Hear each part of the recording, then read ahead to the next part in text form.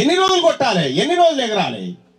వాళ్ళు మద్యం పోపిస్తే తాగాలి, ఎగరాలి, దుంకాలి, పోవాలి. ఇదా గంధం నారాజు? ఇట్రా,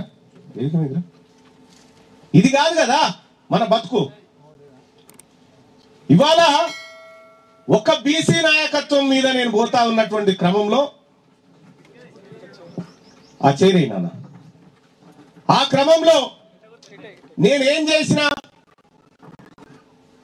వాళ్ళు హెలికాప్టర్లు వాళ్ళే ఎక్కుతారా అని చెప్పి నేను ఒకటి వేసుకొని పోయినాడు.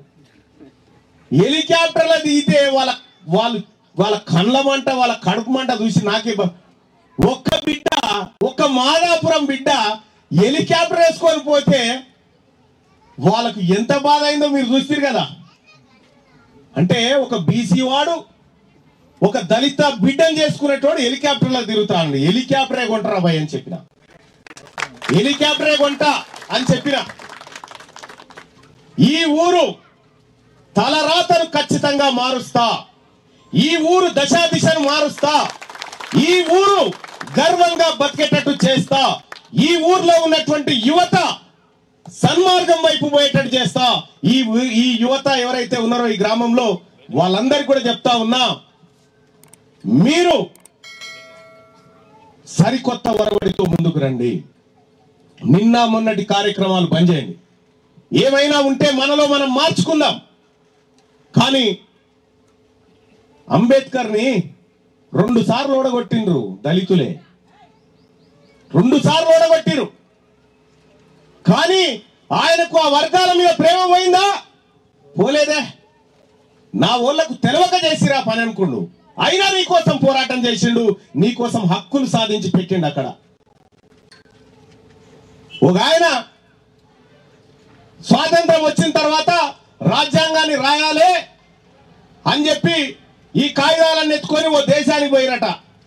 నెహ్రూ, గాంధీ వీళ్ళందరూ కలిసి ఈ కాగితాలను ఎత్తుకొని పోయి స్వాతంత్రం వచ్చిందా మాకు రాజ్యాంగం రాయాలని పోతే, ఆ రాష్ట్రానికి దగ్గరికి పోతే ఆయన ఏమన్నాడట, మీకేమైనా బుర్రున్నాదా, నాకేమన్నా డౌట్ వస్తే అంబేద్కర్ కు లెటర్ రాసి కనుక్కుంటా, మీరు నా దగ్గరకు వచ్చిరేమా, ఆన్నే ఉన్నాడు కదా అసలైన మనిషి రాపించుకోపోరు అని చెప్పి చిట్టి తోలినట.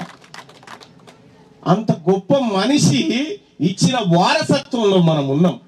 ఇలా అంబేద్కర్ జయంతి కానీ, మహనీయుల జయంతి కానీ ఇక్కడ దుర్గమ్మ పండుగ చేసినట్టు చేయాలి. మనం ఇలా పండుగ చేసినట్టు చేయాలి ప్రతిసారి.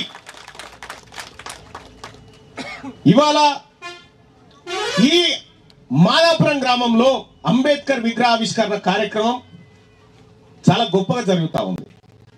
ఈ జరిగేటువంటి క్రమంలో మీరందరూ కూడా ఐక్యంగా ముందుకొచ్చి ఇలా తెల్ల బట్టలు ఇదే నమూనాలో కనిపించాలి. ఎప్పటికీ వీలైతే చూసుకోరు, ఇదే నమూనాలో మీరెవ్వరికి తక్కువ కాదురా భయ్, మేము అందరికంటే ఎక్కువ నిరూపించాలి. ఆ తరీకలో మీరు మంచిగా రెడీ కావాలా, మంచిగా అన్ని వసతులు వాడుకోవాలి, అన్ని వసతులు వాడుకొని పైకి రావాలా. మీరందరూ ముందుకు వచ్చే క్రమంలో మీ సోదరుడు, మీ ఆడబిడ్డను చేసుకున్న సోదరుడు తీన్మార్ మల్లన్న ఎల్లప్పుడూ మీకు అండగా ఉంటాడని చెప్పి తెలియజేస్తా ఉన్నా. మా మామ ఎప్పుడు అల్లుడా అల్లుడా అని పిలుస్తా ఉంటాడు నన్ను, ఆ జామ పండ్లో ఏవో పండ్లు అమ్మేటప్పుడు. అంటే అంత మంచి రిలేషన్ ఈ గ్రామంలో ఉంది. ఈ గ్రామమే దేశానికి ఆదర్శం కావాలి, ఈ గ్రామమే ఈ రాష్ట్రానికి ఆదర్శం కావాలి. మనం ఎంత ఐక్యంగా ముందుకు పోతా ఉన్నామో అంతే ఐక్యంగా మనం సాధించుకోవాల్సినటువంటి అంశాలు ఎన్నో ఉన్నాయి.